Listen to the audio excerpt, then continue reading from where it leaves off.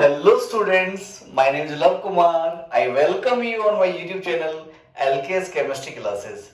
But today I am going to record next lecture of electrochemistry. In my previous lecture, I taught you about electrochemical series और हम वहीं से continue करेंगे. Okay? तो देखो last lecture में electrochemical series की बातें करी थी, उसको अपन ने पढ़ा था. उसमें एक दो पॉइंट और मैं ऐड करना चाहूंगा, वो ऐड कर देते हैं. देन आफ्टर अपन आगे चलते हैं. ओके, तो देखो इलेक्ट्रोकेमिकल सीरीज में मैं नेक्स्ट पॉइंट लिखता हूं metals. Metals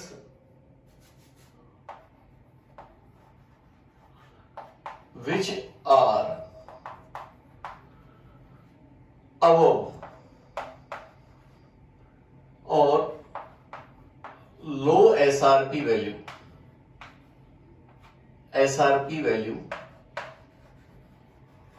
with respect to SHE कह दो, और H2 H plus electron forming half H2. They can liberate H2 gas with the reaction with dilute acids.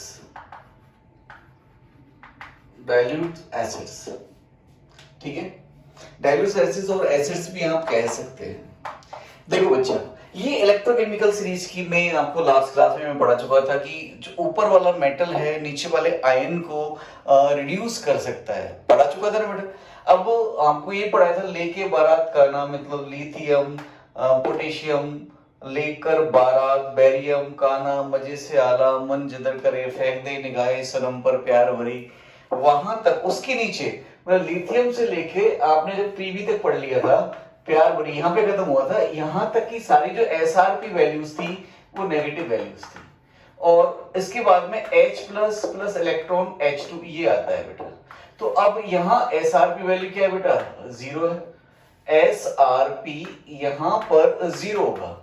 तो ये ऊपर वाले जो मेटल्स हैं जितने लिथियम से लेकर पीवी तक आए इलेक्ट्रोकेमिकल सीरीज में, वो सब के सब H प्लस से रिएक्शन कर देंगे. Because according to the concept जो मैं प्रीवियस क्लास में डिस्कस कर चुका हूं, ऊपर वाले मेटल्स नीचे वाले के आयंस को रिड्यूस कर सकते हैं. तो ये मेटल्स इस H plus means H plus कहां से आएंगे? किसी एसिडिक सॉल्यूशन से आएंगे. तो H प्लस को H2 में कन्वर्ट कर देते हैं. हम ये कह सकते हैं वो हाइड्रोजन गैस इवॉल्व करेंगे किसी एसिड के साथ रिएक्शन करने पर. जैसे आपने पढ़ा होगा इसका एग्जांपल कि जब Fe के ऊपर, Fe सॉलिड के ऊपर डाइल्यूट H2SO4 की रिएक्शन कराते हैं तो it converts into FeSO4 plus H2 gas liberate करता है बेटा. ये Fe ऊपर आता है एसआरपी सीरीज में जो H प्लस को रिड्यूस कर देगा किसमें? H2 में. ऐसे ही हेनरी कैवेंडिश ने जो हाइड्रोजन चैप्टर में पढ़ोगे आप क्लास 11 में पढ़ चुके होंगे, जिंक सॉलिड लिया था, ये इम्प्योर जिंक लिया था, इम्प्योर, और यहाँ पर भी वही डाइल्यूट H2SO4 की रिएक्शन कराई थी. तो यहां से क्या बना था आपका? वही ZnSO4 प्लस H2 गैस.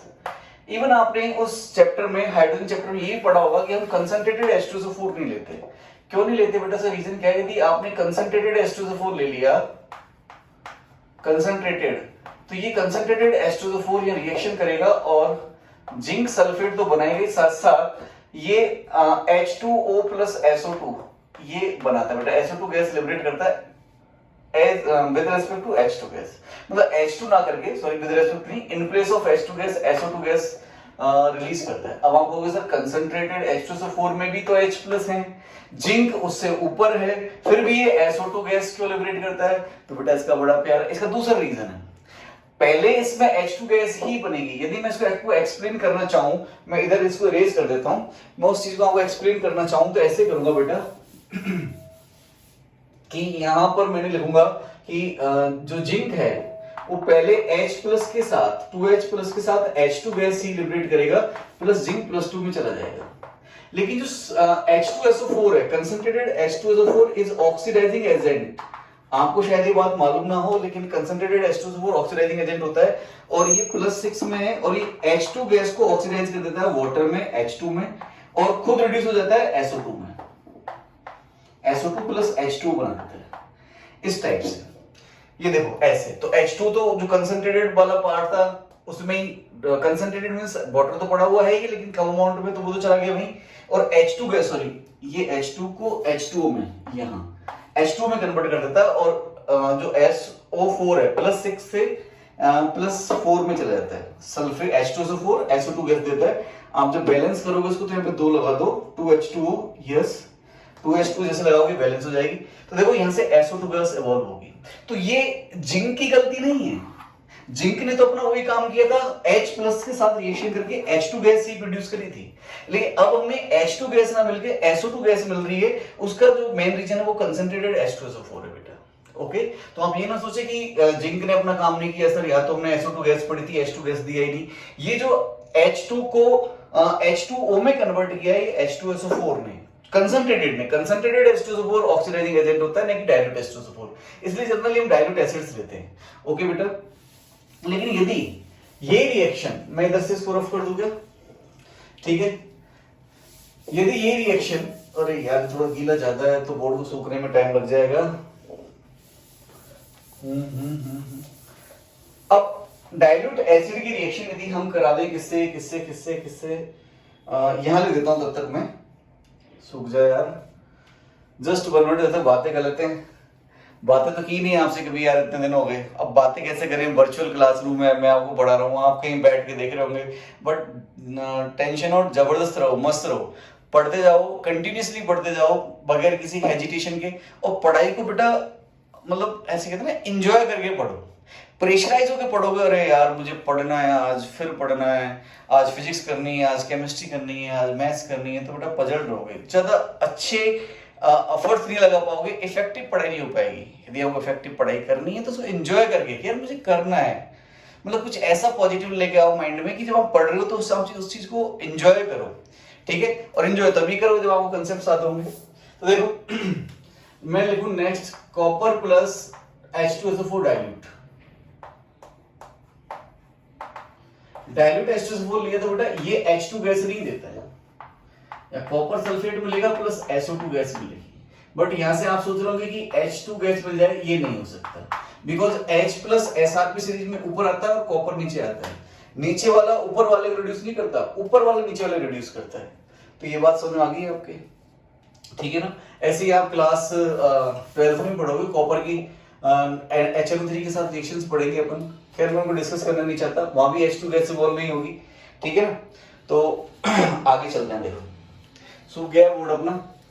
तो हमने क्या सीखा कि H प्लस से ऊपर वाले जो मेटल्स हैं किसी भी डाइल्यूट एसिड के साथ हाइड्रोजन गैस इवॉल्व कर देंगे। डाइल्यूट एसिड्स मोस्टली, कंसंट्रेटेड में कुछ पंगा हो जाता है, जैसे सल्फेट H2SO4 ऑक्सीडाइजिंग एजेंट था, तो H2 को H2 में कन्वर्ट कर दिया और खुद SO2 गैस प्रोड्यूस कर दिया। तो हमें ऐसा फील होता है कि यार H2 गैस नहीं बन रही है, तो इसलिए हम जनरली डाइल्यूट एसिड्स लेते हैं। अच्छा भाई, ऊपर वाले नीचे वाले को रिड्यूस करते हैं, तो दूसरा पॉइंट ये बेटा, नीचे वाले ऊपर वाले को ऑक्सीडाइज कर देते हैं। नीचे वाले जो आते हैं मींस मेटल्स और molecules which have, molecules कह दो, ions कह दो, which have more SRP, more positive SRP, can reduce, can oxidized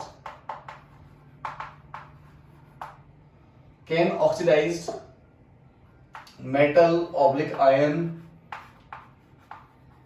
oblique non-metal with less SRP।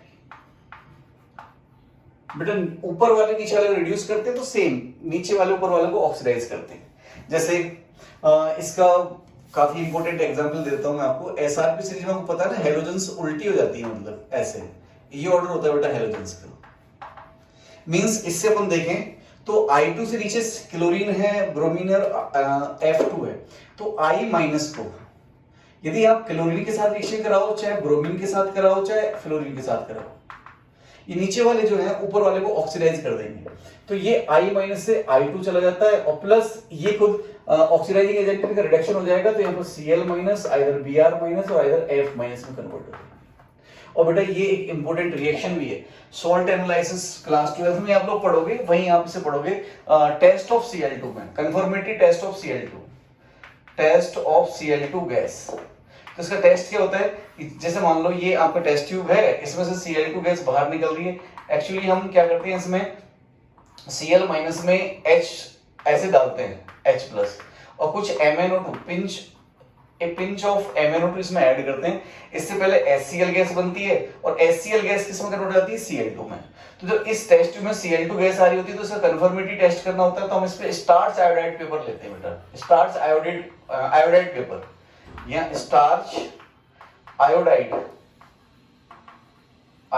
Paper.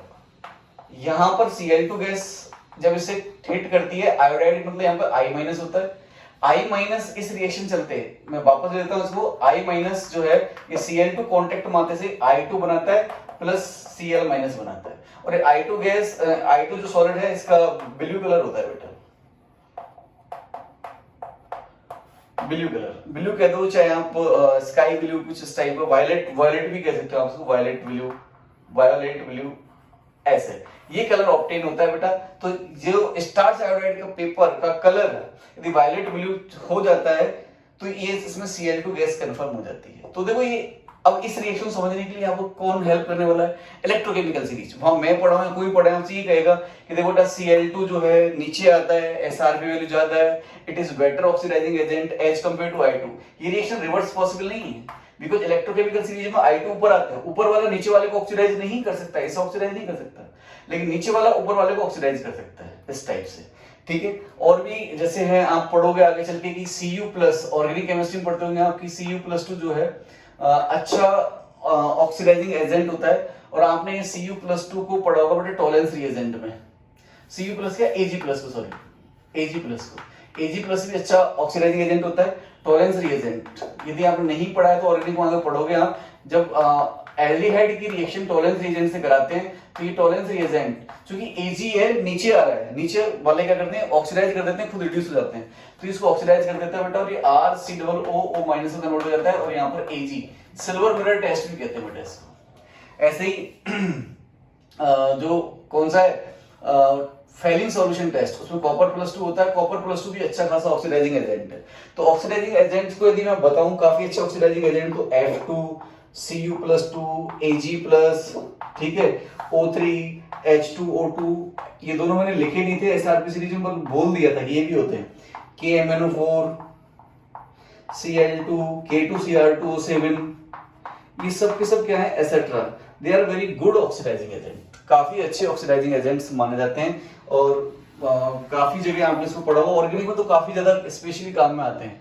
जो POC होती है प्रैक्टिकल ऑर्गेनिक केमिस्ट्री, उसमें काफी काम आते हैं, जैसे Fehling solution test, Benedict solution test, Tollens reagent test etcetera, bromine water test भी होता है, आप जब बायोमोलिक्यूल पढ़ेंगे तब।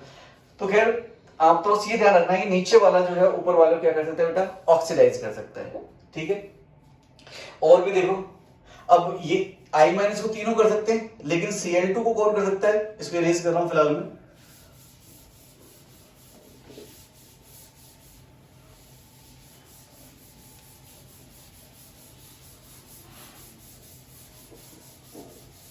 देखिए बच्चा, अब आपसे मैं कहूं, पूछूं कि भाई which of the following reaction is spontaneous, which of the following reaction is spontaneous। पहली रिएक्शन दे दी बेटा मैंने आपको कि Br माइनस की रिएक्शन करा रहा हूं मैं I2 के साथ, and it is Br2 and I minus. दूसरा दे दिया मैंने आपको Br माइनस की रिएक्शन करा रहा हूं मैं Cl2 के साथ, और it is Br2 plus Cl minus. और थर्ड दे दिया Br माइनस की रिएक्शन करा रहा हूं मैं आपको I2 के F2 के साथ, और यहाँ पर Br2 और F माइनस। और अगला दे दिया मैंने आपको फोर्थ Cl2 की Cl माइनस की रिएक्शन करा रहा हूं Br2 के साथ, एंड फॉर्म कर रहा हूं Cl2 प्लस Br माइनस।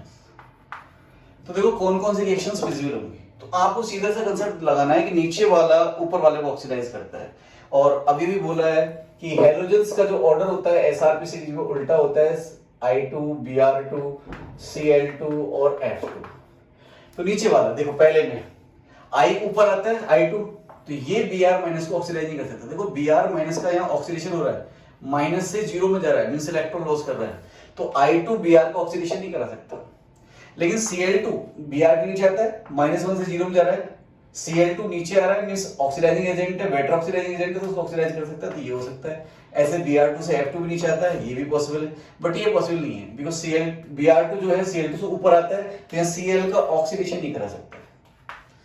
इस टाइप के questions, okay, is that clear? तो ये कुछ और भी बातें थी जो इलेक्ट्रोकेमिकल सीरीज में आपको जाननी चाहिए थी, तो मैंने बता दी आपको। अब मैं आगे चलता हूं बेटा, SHE को अपन डिफाइन कर लेते हैं, स्टैंडर्ड हाइड्रोजन इलेक्ट्रोड को रफ कर देता हूं इसको मैं।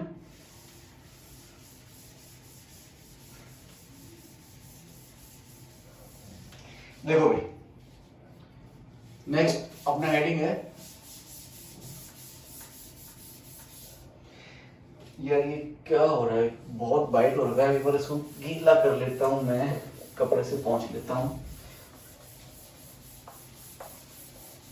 मेरे को एडिटिंग करना आता तो मैं एडिट करके पोस्ट करता, तो आपको नहीं दिखता, बट आपको अब लाइव दिखेगा, कोई नहीं।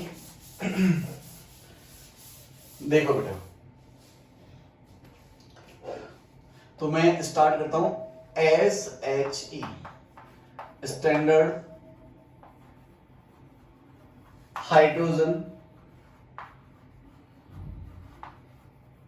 इलेक्ट्रोड, ठीक है बेटा, नाम तो सुना होगा आपने। पहला पॉइंट मैं ऐसे स्टार्ट करूंगा, E0 of SHE is equal to 0। इसका स्टैंडर्ड सेल पोटेंशियल 0 लेते हैं, चाहे एनोड तरफ बिहेव करे चाहे कैथोड तरफ बिहेव करे, ठीक है, और इसीलिए इसको रेफरेंस इलेक्ट्रोड माना गया है। तो नेक्स्ट पॉइंट में लिखूंगा आपको, next point, SHE can act as cathode as well as anode. So we can use it as reference electrode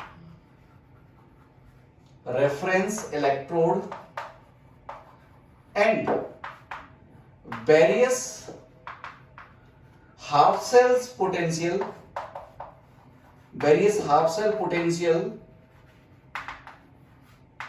can be calculated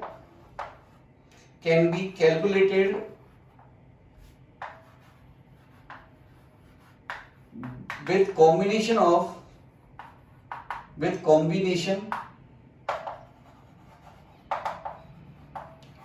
SHE, and they are arranged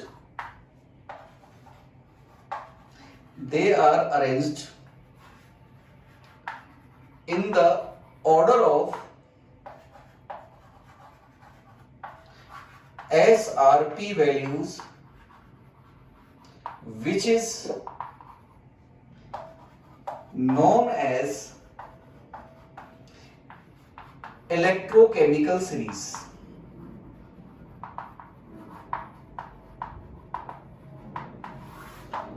electrochemical series, actually electrochemical series यहाँ इसको define करने के बाद पढ़ाना चाहिए था, लेकिन वो लिखना काफी सारा पड़ता है, इसलिए मैंने उसको पहले ही ले लिया था बेटा।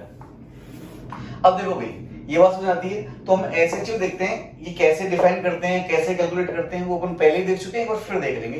तो मैं ले रहा हूं SHE एज एनोड, और आपको पता है एनोड पर तो ऑक्सीडेशन होता है, तो SHE का कुछ ऐसा सेटअप होता है बेटा,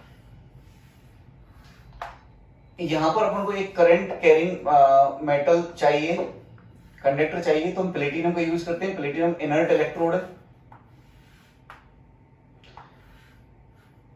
ये प्लेटिनम है बेटा, आपका इतना सा टुकड़ा जो है ये प्लेटिनम है, जिसको मैं थोड़ा सा ऐसे कर रहा हूं, ये इस वाले शेप में, दिस इज प्लेटिनम, पीटी है।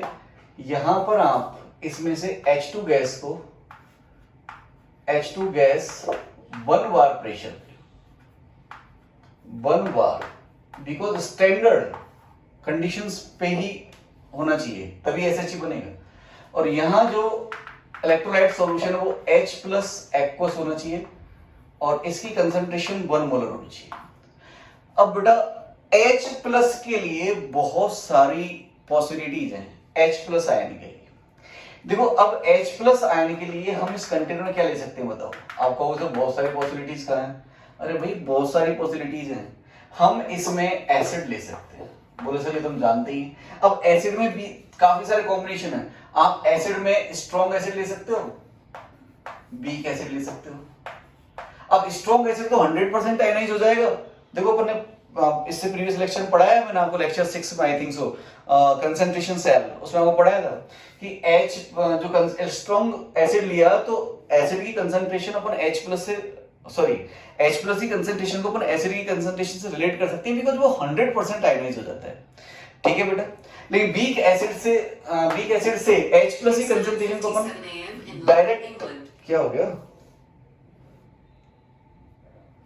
देखिए वीक एसिड यदि आपको दिया हुआ है तो H प्लस की कंसंट्रेशन को आप डायरेक्ट वीक एसिड की कंसंट्रेशन से रिलेट नहीं कर सकते बिकॉज आपको पता ही नहीं हो कितना टूट रहा है। 100% तो टूटता नहीं है, तो जब तक हमें इसको अल्फा नहीं पता होगा तो हम कुछ नहीं कह सकते। यहां पर आप बेस ले सकते हो, बेस में भी सेम वही स्ट्रॉन्ग बेस और वीक बेस। अब बच्चा यहां क्वेश्चन पूछता है सर बेस तो OH माइनस आयन होता है, H प्लस आयन थोड़ी है वो। आपने मान लो NaOH ले लिया इस कंटेनर में, यहां NaOH ले लिया आपने NaOH और आप यहाँ H2 गैस डाल रहे हो, तो सर ये तो यहाँ तो OH माइनस आयन है, आप तो कह रहे हो कि H प्लस होना चाहिए और एन सॉल्यूशन होना चाहिए। बेटा फिर वही बात आयनिक यूज हो जाएगा यहाँ पर कि कंसंट्रेशन ऑफ H प्लस और concentration of OH minus constant होती है, 10 टू पावर माइनस 14 होती है। आप कितना ही ले लो, मान लो आपने NaOH को 0.1 मोलर ले लिया, 0.1 मोलर, तो OH माइनस आयन भी 0.1 मोलर हो जाएंगे। इसकी वैल्यू आप यहाँ रखो तो H प्लस 0.1 को डिवाइड करोगे तो 10 टू पावर माइनस 13 मोलर हो जाएगा। कुछ तो H प्लस आए, कितने भी हैं H प्लस तो रहेंगे ना। वाटर है उसमें आपने NaOH डाल रखा तभी भी इसमें कुछ H प्लस रहेंगे। हाँ डोमिनेंसी किसकी रहेगी, OH माइनस आयन की रहेगी। तो आप बेस से ले सकते हो, इवन आप बफर सॉल्यूशन ले सकते हो इसमें, बफर सॉल्यूशन जो कि H plus acidic buffer, acidic और बेसिक दोनों, बेसिक होंगे OH माइनस आयन ज्यादा रहेंगे तो H प्लस आयन कम रहेंगे लेकिन रहेंगे तो सही। बफर ले सकते हो, सॉल्ट ले सकते हो, सॉल्ट ऑफ मतलब आपको पता है ना आयनिक में स्ट्रॉन्ग एसिड स्ट्रॉन्ग बेस के सॉल्ट का हाइड्रोलाइसिस नहीं होता। इसके अलावा वीक एसिड वीक बेस ले सकते हो, स्ट्रॉन्ग एसिड वीक बेस ले सकते हो या वीक एसिड स्ट्रॉन्ग बेस ले सकते हो। सॉल्ट ले सकते हो कोई भी जिसका हाइड्रोलाइसिस पॉसिबल, कोई एम्फोटेरिक सॉल्ट ले सकते हो लाइक एज NaHPO या NaHSO4 ये ले सकते हो। एम्फोटेरिक सॉल्ट है, आप पता है इसका pH होता है, तो एम्फोटेरिक सॉल्ट ले सकते हो, प्रॉपर सॉल्ट ले सकते हो, बफर सॉल्यूशन, बेस, एसिड और ये कॉम्बिनेशंस, कुछ भी एनीथिंग एल्स जो H प्लस आयन फर्निश करते हो, कुछ भी कंसंट्रेशन उसकी चलेगा। तो देखो यहां पर आप समझ रहे हो ना बेटा, तो इसलिए जो कंसंट्रेशन सेल जब हम इससे मिलाकर बनाते हैं तो पूरा आयनिक उस पर अप्लाई हो जाता है बेटा। तो मैं इसमें क्या बता रहा था, वही अपन ये एनोड तरह काम करना है इसको, तो मैं इसको रफ कर देता हूं। तो एनोड पर रिएक्शन होती है कौन सी बेटा, ऑक्सीडेशन की। तो ऑक्सीडेशन की रिएक्शन कराएंगे बच्चा, पार्टी कराओ कराओ कराओ, तो भैया क्या होगा, H2 2H plus plus 2 electrons में कन्वर्ट होगा। ठीक है, ये और ध्यान रखना कि इसका जो लिखा है मैंने एज एनोड, इसका E0 H2 से E0 PT वायर है, PT H2 से H प्लस ये 0 होता है standard, but E H plus यहां पर देखो इसका प्रेशर 1 बार है और ये 1 मोलर है, बट E इसका नॉट इक्वल टू 0 होता है बेटा। यदि कंडीशन स्टैंडर्ड नहीं है तो नॉट इक्वल टू 0 होता है, अपन प्रूफ कर लेते हैं इसको। देखो तो भाई ये है, ये रिएक्शन हो रही है तो इसमें N की वैल्यू तो होगी बेटा 2, 2 इलेक्ट्रॉन इन्वॉल्व है। Q के लिए कंसंट्रेशन ऑफ H प्लस का square upon partial pressure of H2। ठीक है, अब हमें पता है, हम पढ़ के आए हैं सर, आपने नैंड्स इक्वेशन पढ़ाई है कि E cell is equal to होता है E0 सेल माइनस 0.06 ले रहा हूं इसको मैं, होता है 0.05 बने log ऑफ Q। तो सर इसका E0 सेल तो 0 होता है, तो E सेल जो आएगा it is minus 0.06 upon 2 log of concentration of H plus का स्क्वायर और पार्शियल प्रेशर ऑफ H2, ये आएगा सर। मैं कहूंगा बेटा बिल्कुल ये आएगा। अब यदि अपन कंडीशंस लगा दें, स्टैंडर्ड कंडीशन कि वही concentration of H plus 1 molar हो जाए और पार्शियल प्रेशर ऑफ H2 ये 1 बार हो जाए, तो देखो 1 से 1 कट जाएगा, 1 का स्क्वायर ही 1 होता है, कट जाएगा, log 1 क्या हो जाएगा 0, तो इसका E सेल 0 हो जाएगा। ये E cell equals to E not cell हो जाएगा भाई, आप ऐसे कह सकते हो। और E नॉट सेल क्या होता है 0 होता है इसका। ये बात समझाई भी आपके। ये एज एनोड काम कर सकता है। कैथोड पर क्या होगा इसका वो देख लेते हैं अपन। तो देखो भाई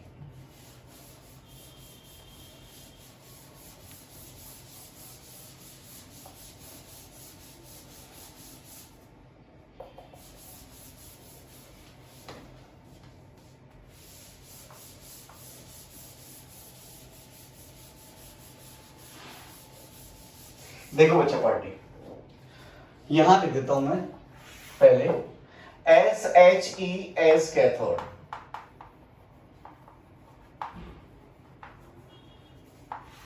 कैथोड पर रिडक्शन होना है। रिडक्शन होना है तो देखो क्या होगा बेटा, वही सेटअप बना लेंगे अपन। यहां पे थोड़ी सी जगह खाली छोड़ देंगे, यहां एक प्लेटिनम वायर होगा ऐसे करके, यहां से H2 गैस बाहर आएगी अपनी बार, H2 1 बार प्रेशर पे, और यहां जो H प्लस कंसंट्रेशन होगी वो 1 मोलर होगी। इसका सेल रिप्रेजेंटेशन कैसे होगा बेटा, सेल को रिप्रेजेंट कैसे करोगे, जो आपका इनर्ट इलेक्ट्रोड है सबसे पहले उसको मेंशन करना होता है। कैथोड है तो इनर्ट इलेक्ट्रोड सबसे लास्ट में आएगा Pt, H2 गैसियस सब्सटेंसेस होते हैं वो इनर्ट इलेक्ट्रोड से जस्ट पहले आते हैं कैथोड पर, ऑब्लिक H प्लस, ये इसका सेल रिप्रेजेंटेशन है। यदि यहाँ पर 1 मोलर और 1 बार कर दिया तो स्टैंडर्ड हो जाएगा, ठीक है। ऐसे में कह सकता हूँ E नॉट H प्लस से H2 ऑब्लिक Pt, नॉट है तो अपना अपन अंडरस्टूड है स्टैंडर्ड है, बोलते 1 मोलर है ये 1 बार है, ये 0 होगा, but E of H plus से H2 oblique Pt it is not equals to 0। यहाँ पे क्या रिएक्शन चलेंगी भाई देखो, रिडक्शन के लिए 2H प्लस टेकिंग 2 इलेक्ट्रॉन्स, यहाँ से H2 गैस आएगा, N की वैल्यू 2 है और Q की value partial pressure of H2 gas P2 कह दिया, यहाँ पे कंसंट्रेशन ऑफ H प्लस का स्क्वायर कह दिया, तो E cell equals to E not cell, इसकी वैल्यू तो 0 है, minus 0.06 upon N log of P2 upon concentration of H plus का होल स्क्वायर। इस फॉर्मूले का यूज करके आप इसका ई सेल निकाल सकते हो, किसी भी प्रेशर किसी भी कंसंट्रेशन पर ये वाली वैल्यू तो 0 हो जाएगी, ठीक है। This is all about SHE। अब एक्चुअली करते क्या है, हमें किसी भी इलेक्ट्रोड का हाफ सेल पोटेंशियल चाहिए बच्चा, तो देखो अब कैसे करेंगे। जैसे मान लो मैंने कर दिया यहाँ पर, इसको एनोड लिख देता हूँ कि एज कैथोड, तो यहाँ पर हो जाएगा जिंक से जिंक प्लस 2 और ऑब्लिक H प्लस से H2 और Pt। आपको पता है ना जिंक H प्लस से ऊपर आता है, जो ऊपर आता है उसका एनोड, जो नीचे आता है उसका कैथोड। यहां पर ये 1 मोलर कंसंट्रेशन ले लिया, ये 1 मोलर ले लिया, ये 1 बार ले लिया। अब इसका जो E नॉट सेल है, मतलब इसका रिडक्शन होना है टोटल, तो E नॉट रिडक्शन जो है बेटा वो तो 0 है, और इसका E नॉट ऑक्सीडेशन कितना है बेटा वो पता लगा लेंगे। ये वोल्ट मीटर से कनेक्ट कर दिया इसको, इस वोल्ट मीटर की जो रीडिंग आई मतलब ई सेल जो है कंप्लीट का, E cell equals to E not oxidation या ई नॉट जिंक से zinc plus 2 plus E not reduction means H plus H2 Pt। अब देखो ये जो रीडिंग आई इसमें इसको अपन ने नोट कर लिया, इट इज 0.76 वोल्ट ऐसे आया बेटा, और इसकी वैल्यू 0 है ही है, तो ई नॉट जिंक से जिंक प्लस 2 की वैल्यू आ गई मेरे पास में 0.76 वोल्ट। अब जो SRP सीरीज बनाई गई है, इलेक्ट्रोकेमिकल सीरीज SRP में लिखा है, तो E नॉट Zn से Zn प्लस 2 से Zn ये बेटा माइनस 0.76 वोल्ट हो जाएगा। ऐसे अपन ने सारे जितने पॉसिबिलिटीज थी सबकी बेटा सेल पोटेंशियल्स फाइंड कर लिए, इलेक्ट्रोड पोटेंशियल्स, उनके SRP वैल्यूज को इंक्रीजिंग या डिक्रीजिंग जैसे भी आप चाहो उस ऑर्डर में अरेंज कर दें। वो जो बनने वाली जो टेबल होगी उसको अपन इलेक्ट्रोकेमिकल सीरीज बोलेंगे, ठीक है बेटा। इलेक्ट्रोकेमिकल सीरीज में और तो कोई ऐसी खास बात है नहीं, आई थिंक सो। तो देखते हैं अपन आगे, अगला पॉइंट चलते हैं।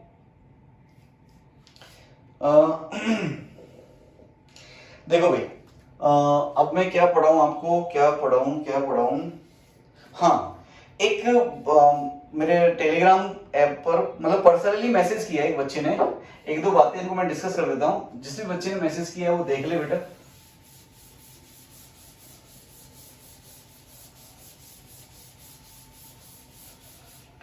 उस बच्चे ने ये कहा कि सर आपने जो कंसंट्रेशन सेल पढ़ाया उसमें प्रेशर्स मान लो अलग हैं, तो क्या उसका फॉर्मूला भी हम ड्राइव नहीं कर सकते क्या? या पूरा उसी मतलब जो बेसिक तरीका है सेल रिएक्शन लिख के क्यू निकालेंगे, क्यू एन निकालेंगे, ई नोट सेल फिर जाके निकालेंगे, या फिर डायरेक्ट फॉर्मूला भी है?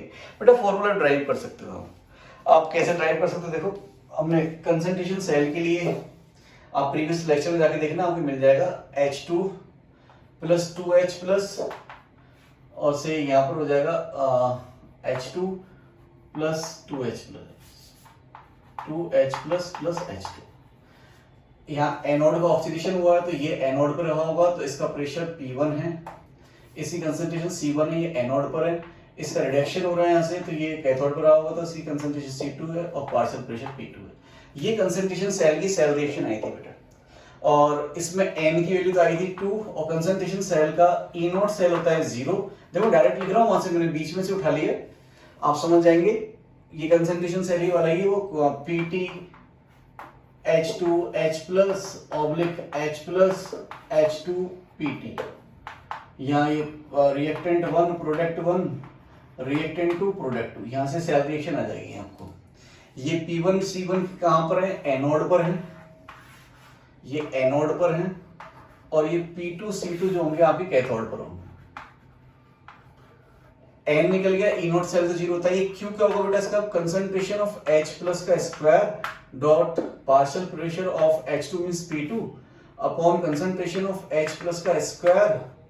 ये C1 वाली है एनोड पर, ये पार्शियल प्रेशर है कैथोड का, PC कर देता हूं बेटा इसको, अपॉन ये P1 एनोड पर होगा, तो पार्शियल प्रेशर एनोड और कंसंट्रेशन ये है C2 मतलब कैथोड पर होगी, तो ये कैथोड हो गया ऐसे।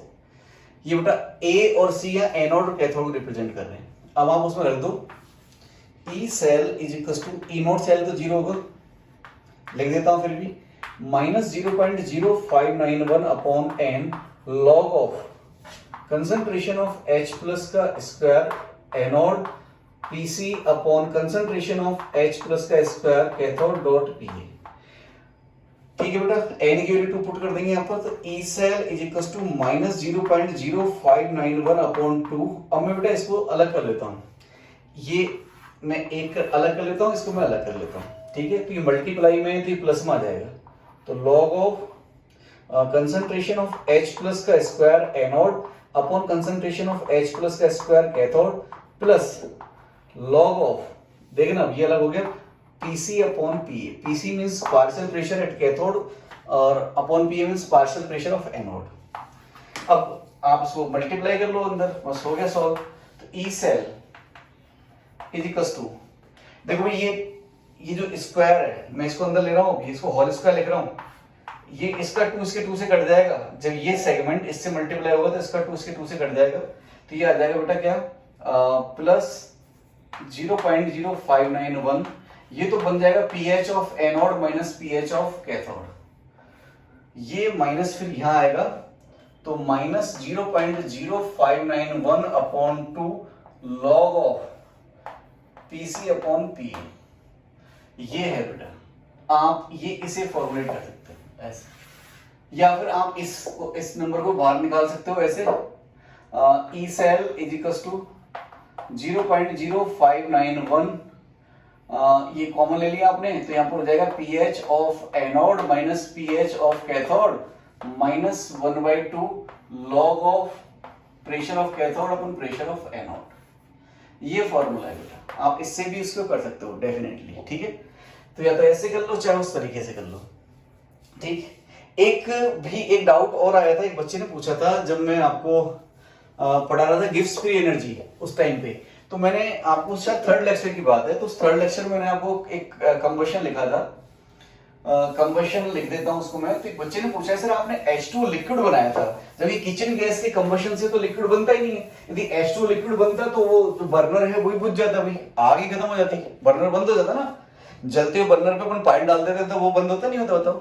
तो अपन उस टाइम पे CH4 का कंबशन किया था, या कोई भी आप हाइड्रोकार्बन ले सकते हो गैसेस फॉर्म में, या O2 गैस थी तो ये CO2 + 2H2, और मैंने इसको ये 300 केल्विन मींस रूम टेम्परेचर पे करा रहा था, तो मैंने तो लिक्विड ले लिया था।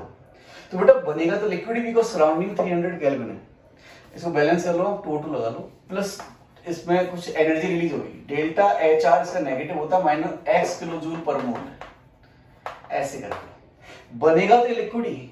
लेकिन पता है ना इस एनर्जी को अपन पूरा वर्क में तो कन्वर्ट कर ही नहीं सकते, तो H2 लिक्विड अब इसमें से कुछ एनर्जी को, x है ना, मान लो +y किलो जूल एनर्जी लग गई पर मोल, और अब इसको ये H2 वेपर में कन्वर्ट कर देता है। तो दो समझ गए ना बेटा, अब आप इसको ऐड कर दो तो ये वेपर बन जाएगा। मींस इस रिएक्शन से थ्योरेटिकली इतनी एनर्जी, x की वैल्यू मान लो कोई भी आप 100 जूल ले लो, 100 किलो जूल पर मोल रिलीज हो रही है, मान लिया इतनी होनी चाहिए थी, लेकिन हम 100 को वर्क में कन्वर्ट नहीं कर सकते, वर्क केवल 60-70 में कर सकते हैं। क्यों? बची हुई एनर्जी कुछ तो सराउंडिंग को चली जाएगी और कुछ इस H2 लिक्विड को H2 वेपर में कन्वर्ट करने में चली जाएगी, ठीक है ना, बनेगा ऐसे। लेकिन ये प्रोसेस जो ये एनर्जी रिलीज हो रही है इसको सोक करके इस एनर्जी को वेपर में चला जाता है, ठीक है। और भी कोई आगे क्वेश्चंस हो तो आप उसे पोस्ट कर सकते हो बेटा। इलेक्ट्रोकेमिकल सीरीज SHE वगैरह मैंने करा दिया है। अब मैं आपको जो अगला लेक्चर में ले रहा हूँ, टाइम होगा तो मैं भी करा दूंगा। अब मैं आपको क्वेश्चंस कराऊंगा बेटा। अब आपके 2 पॉइंट बचे हैं, 2 टॉपिक बचे हैं, एक तो टाइप ऑफ इलेक्ट्रोड और एक बैटरीज बची है। गैल्वेनिक सेल ऑलमोस्ट एंडिंग है, बट ये 2 टॉपिक बचे हैं जिसमें टाइप ऑफ इलेक्ट्रोड आपको टाइम ले सकता है 2 क्लास या 3 क्लास लगभग। उससे पहले गैल्वेनिक सेल का पूरा पोर्शन अपन ने कंप्लीट कर लिया ऑलमोस्ट। अब इसमें एक तो अपन के ई सेल के डायरेक्ट क्वेश्चन आते हैं, कैलकुलेट ई सेल, लेकिन इसके अलावा भी क्वेश्चंस आते हैं। जैसे ई सेल की वैल्यू देकर वो कुछ और पूछ लेता है, जैसे अब ई सेल की वैल्यू दे दी या ई नॉट सेल दे दिया और उस सेल रेशियो इक्विलिब्रियम पर बोल दिया, इक्विलिब्रियम पर तो ई सेल 0 हो गया। ई नॉट सेल की वैल्यू देके के इक्विलिब्रियम पूछ लेगा आपसे, या वो कुछ आयनिक का कुछ कोई कंसेप्ट पूछ लेगा आपसे, मतलब इक्विलिब्रियम से रिलेटेड कुछ भी पूछ लेगा। तो कैसे कैसे टाइप के क्वेश्चंस बन सकते हैं, मैं उस वो क्वेश्चंस अपन करेंगे। और बेटा उस लेक्चर को आप 100% जरूर देखें। क्यों देखें? क्योंकि कितने वैरायटी के क्वेश्चंस हो सकते हैं, मैं कोशिश करूंगा लगभग सारी वैरायटीज को लेके आने की। एक एक क्वेश्चन हर वैरायटी के, मतलब 5-7 क्वेश्चन करा दूंगा ताकि 5-7 तरह के क्वेश्चंस का आपको प्रैक्टिस हो जाए, और धीरे धीरे आप खुद भी क्वेश्चंस करोगे तो आपको पता लग जाएगा कैसे क्वेश्चंस बनते हैं, ठीक है। तो मैं देखता हूँ कितना हो चुका है टाइम इस लेक्चर का। 37 मिनट्स ही हुए हैं, अपन चाहें तो और कर सकते हैं, लेकिन कोई नहीं, चलो नए लेक्चर रिकॉर्ड करूंगा उसमें इन क्वेश्चंस को करेंगे अपन, ठीक है। ओके बेटा, दैट्स इट फॉर नाउ।